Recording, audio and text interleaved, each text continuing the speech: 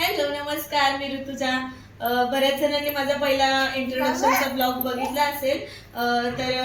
मी माझा म्हणजे चॅनल नवीनच चालू केलाय आणि त्यावरती इंट्रोडक्शनचा एक छोटासा व्हिडिओ टाकलेला आहे. जर तुम्हाला जाणून घ्यायचा असेल तर तुम्ही तो नक्कीच पाहू शकता. आणि त्याच्यानंतर लगेचच मी हा दुसरा ब्लॉग शूट करते. तर आज आहे शेवटचा गुरुवार आणि आजच्या दिवशी मला करायचं उद्यापन. तर म्हटलं आता छान अशी पूजा वगैरे मांडायची, तेच मी तुमच्यासोबत शेअर करते. आणि मध्ये मध्ये तुम्हाला माझ्या त्या प्रिशाची म्हणजे लुडबुड सुद्धा बघायला भेटणार आहे. बऱ्याचदा लुडबुड करते, काम वाढवते आणि बऱ्याचदा बऱ्याचशा गोष्टींसाठी मदत सुद्धा करते. म्हणजे काय आणायचं असेल तर हाताखाली पटकन आणून सुद्धा देते. तर चला व्हिडिओला सुरुवात करते. कदाचित काही गोष्टी मी डायरेक्ट बोलेल आणि काही गोष्टी मी व्हॉइस ओव्हर देऊन बोलेल, कारण माझ्याकडे मोठा स्टँड नाही, छोटा स्टँड आहे. त्याच्यावरनं जेवढं ऍडजस्ट होईल तेवढं मी करण्याचा प्रयत्न करते. तर आता मी पूजा मांडते आणि सोबतच आज उद्यापन सुद्धा आहे. तर छोट्या छोट्या 5 मुलींना घरी बोलून मी त्यांचंही पूजन करणार आहे. सो हेच सगळं मी आजच्या ह्या ब्लॉग मध्ये तुमच्यासोबत शेअर करेल, त्यामुळे शेवटपर्यंत ब्लॉग नक्की पाहत राहा. अगोदर पूजा मांडायच्या इथे सगळं जे काही साहित्य लागतं ते सगळं साहित्य मी एका जागेवरती गोळा करून घेतलंय, जेणेकरून पूजा मांडताना आपल्याला बरं पडेल. आणि माझ्याकडे ना एक छान असं हे फरचं कापड आहे, जे की बाळाच्या बेबी शूट साठी मी घेऊन आलेली. तर ह्या कापडाचा छान असा उपयोग होते. आता ते कापड मी छान असं इथे अंथरून घेते, चौरंग टाकते. तर इथे बघा खाली छान असा ना मी तो व्हाईट कलरचा कपडा हातरून घेतलाय. त्यानंतर इकडे चौरंग आणि इकडे पाट ठेवून घेतलाय. त्यावरती पण छान असं वस्त्र मी हातरून घेतले. आता मी पुढे पूजा मांडते. तर चला इथे ना मी पूजेला सर्वात अगोदर स्टार्ट करते. तर सगळ्यात अगोदर कोणतीही पूजा मांडताना आपण अगोदर दीप प्रज्वलित करून घेत असतो, म्हणजे दिव्याने पूजा वगैरे लावून दिवा साक्षीला ठेवून आपण पूजा मांडत असतो. तर इथे मी तेच करते.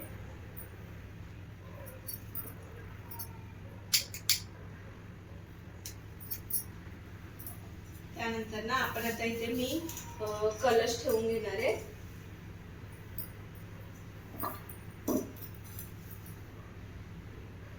तर माझ्याकडे ना म्हणजे असं अखंड कापड नाहीये पिवळ्या कलरचं, आणि महालक्ष्मीच्या पूजेच्या वेळेस पिवळं कापड ठेवतात. प्रिशाचे बाबा आहेत ना, सो त्यांना पूजेचं असं म्हणजे बरीचशी माहिती पण आहे आणि त्यांना आवड पण आहे खूप अशी.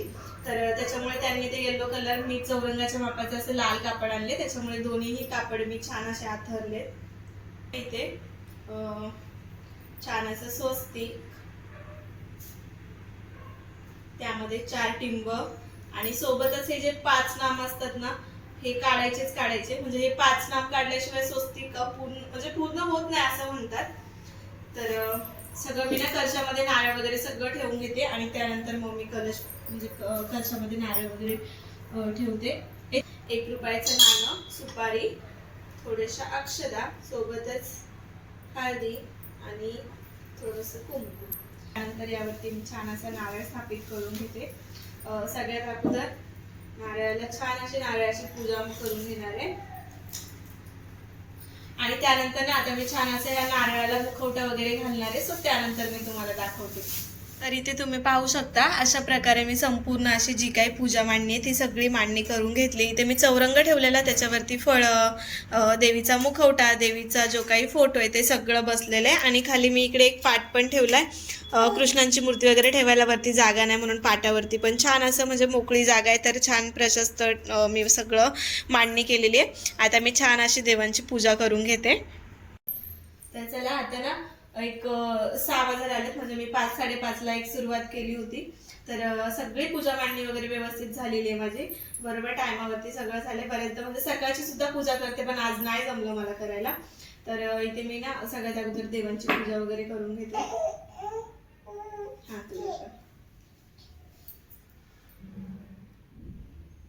आता पप्पाला लावायचं. खाली बस आता पप्पांना लावायचं.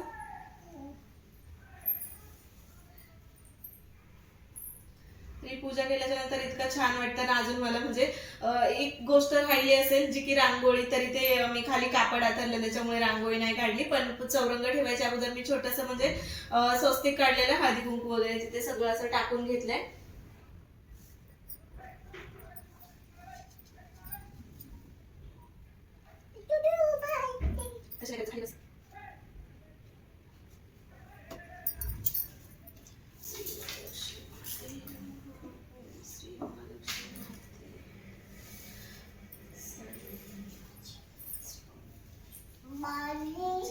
तर तर अशा प्रकारे मी छान अशी पूजा मांडणी वगैरे केली आणि इथे पुस्तक पण ठेवले, मला पुस्तक वाचायचे. आता पुस्तक वगैरे सगळं वाचून घेते आणि नंतर मुली वगैरे आल्याच्या नंतर तोपर्यंत थोडंसं कामही करायचंय, क्लिनिंग आहे बाकी. म्हणजे आता जे मी इथे घेतलंय फुलं वगैरे ते सगळं पडले, तेही मला सगळं आवरायचं. ते सगळं आवरल्याच्या नंतर परत एकदा आपण भेटूया.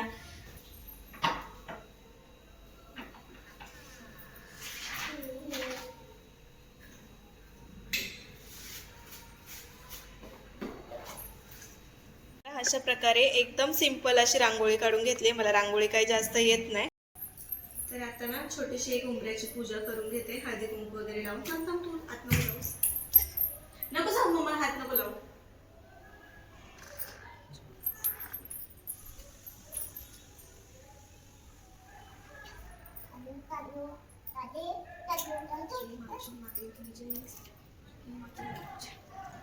झाला अशा प्रकारे एकदम साधी सिंपल छोटीशी पूजा केली. धूप लावायचे, अगरबत्ती लावायचे, पण पूजेला अजून थोडासा टाइम आहे. त्या टाइमपर्यंत मी परत एकदा लावून घेईन.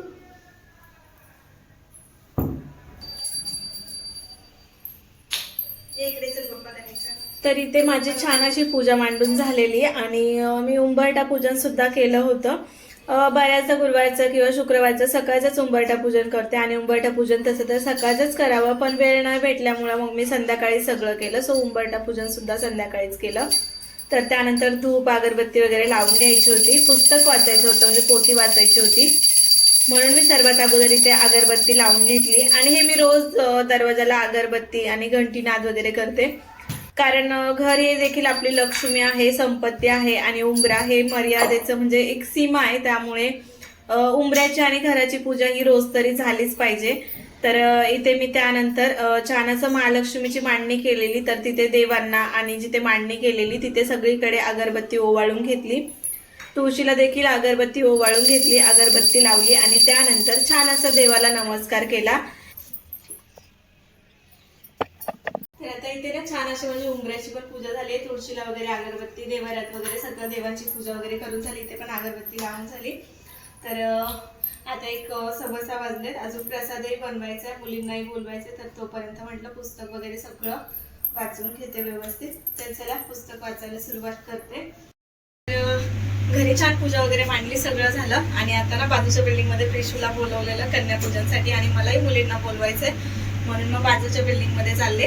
प्रिशाचं कन्यापूजन झालं की मग मलाही मुली तिकडे घेऊन जाता येते. सो चला व्हिडिओ. तर इथे माझ्या मैत्रिणीच्या घरी म्हणजे बाजूला काकी राहतात, त्या फ्रेंड झाल्यात, त्यांच्या घरी प्रिशाला कन्यापूजनसाठी बोलवलेलं. तिथे तिने छान तिचं स्वागत केलं, छान कन्यापूजन केलं आणि प्रिशाच म्हणजे आम्हीच पहिलं होतो जे की तिथे गेलेलो पूजेसाठी. आणि त्यानंतर मग मी अजून दुसऱ्या बिल्डिंग मधल्या काकींच्या घरी गेलेली, तो मला मुलींना सुद्धा बोलवायचं होतं. आणि ह्या सगळ्या गडबडीमध्ये ना घरी ज्या मुली आलेल्या त्यांचं शूट घ्यायचंच राहिलं, कारण सगळ्या छोट्या छोट्या मुली होत्या, सगळ्यांची रडारड ओढाओढ इकडे तिकडे चालू होती. त्यामुळे आणि मी सुद्धा नवीन, त्यामुळे कोणाचं काही शूट घेतलं नाही, डायरेक्ट सगळ्यांचं कन्यापूजन वगैरे केलं. सो सगळ्यांना छान असे चॉकलेट्स आणि स्टडीचं किट आणलेलं, ते किट वाटलं. आणि प्रिशाच्या बाबांनी सुद्धा घरी आल्याच्या नंतर पूजा वगैरे केली, पाया वगैरे पडले आणि त्यानंतर मी मस्त जेवणासाठी बनवलेलं साधं सिंपल डाळ भात, तूप आणि चपाती आणि मेथीची भाजी. कारण मला एका जागी सुवासिन म्हणून जेवायला बोलवलेलं, मी तिकडेच जेवण पुरणपोळीचं करून आले, उपवास वगैरे सोडला. पण प्रिशाच्या बाबांसाठी आणि प्रिशासाठी आणि देवासाठी पण नैवेद्य बनवायचा होता.